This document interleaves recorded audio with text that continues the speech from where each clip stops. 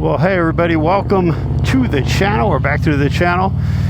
It is a beautiful, beautiful spring day here in New Jersey, and I figured we'd have a conversation. It's been almost 3 years since I got the Road Glide after trading in the Ultra, so let's talk about what I like and what I don't.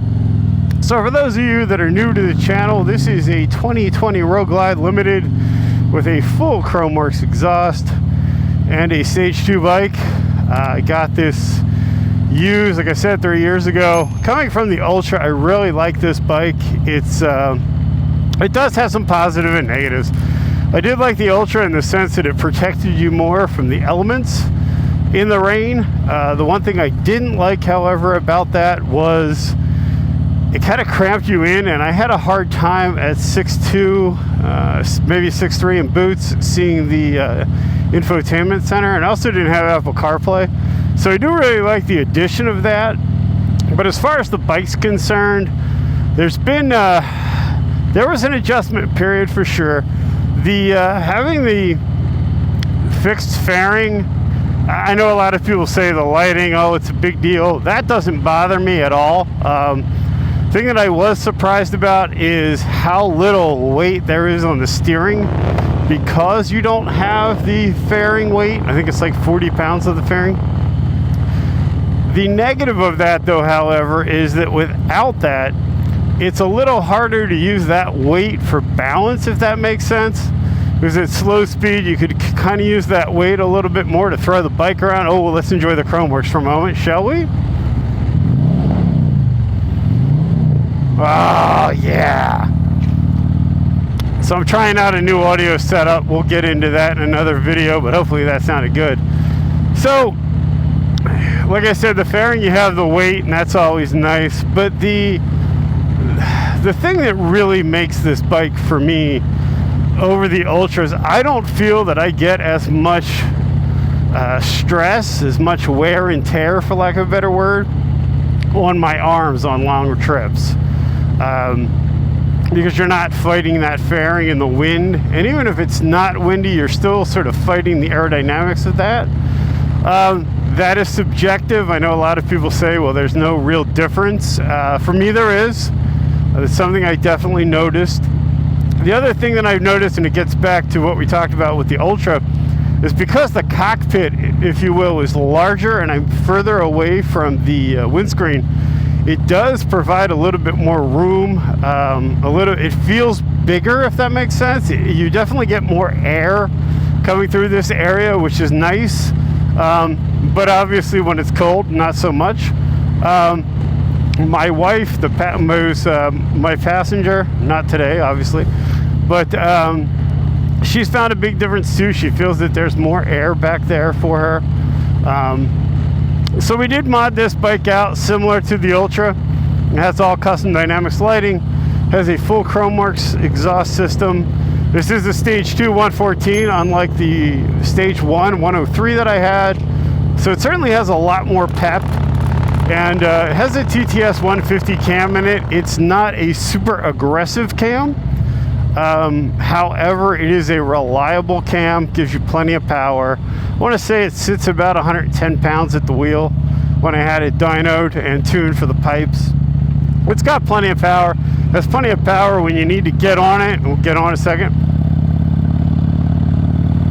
And it just, I mean, it goes. She'll scoot. And I've been really happy with the bike.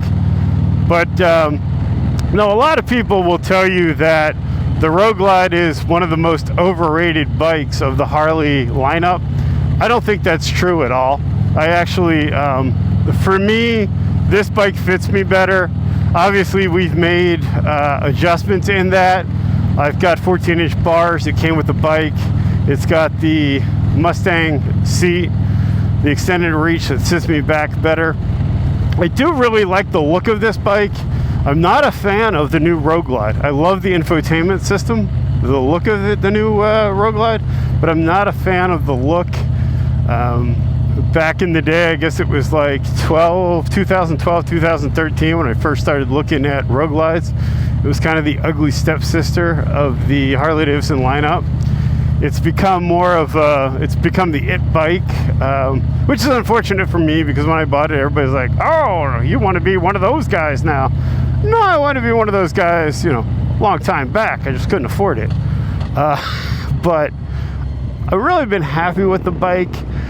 The 114, I mean, certainly makes a huge difference. Oh, I got a guy out there in a Road Glide trike. How are you, sir?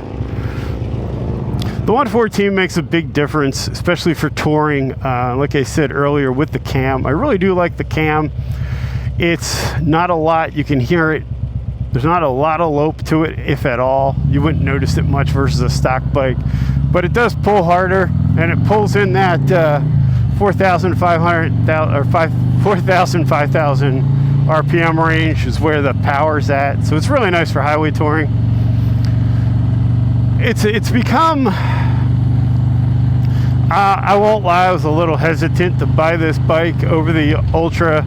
You know, the 2014's held up, was a great bike, but the heart wants what the heart wants, whether the wallet likes it or not, I suppose. But yeah, after 3 years of owning this bike, I'm very happy with it. I like this bike especially for commuting. If I take the tour pack off, even with the tour pack on, it feels a lot more nimble in traffic for me.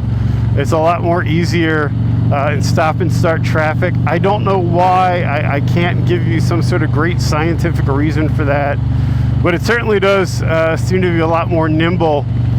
And that could be because the weight is off the fairing, but it's a lot more nimble in traffic for me. Now, if you talk to other people that have ridden bat wings, you know, exclusively for a long time, it's probably different for them. But for me, I find it to be a lot more nimble. Oh, speaking of which, got a bat wing rider out there. But it's definitely a lot more nimble. And I really do like the fact that there's not as much weight on my arms. And wear on my arms. It seems like I can whip this bike around a lot faster and more reliable than I could on the Limited. Now, one of the things that people will tell you with the Road Glide is, oh, but when you turn, you don't have the headlights. When you're turning, like say on this sweeper, you're going straight. You know, the bike is level, the bike's leaning, it's not really turning. You're not going to see the difference, in my opinion. I do, however, have highway lights or fog lights, riding lights, whatever you call them, on the fenders. It is kind of nice, but I don't honestly use them that much. I only use them when it's really dark out.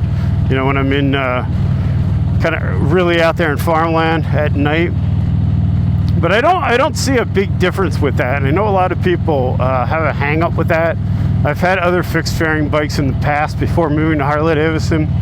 I never saw a real issue with it, but it's like anything, I suppose. If you have a Limited, you hate the Road Glide. If you have a Road Glide, you hate the Limited.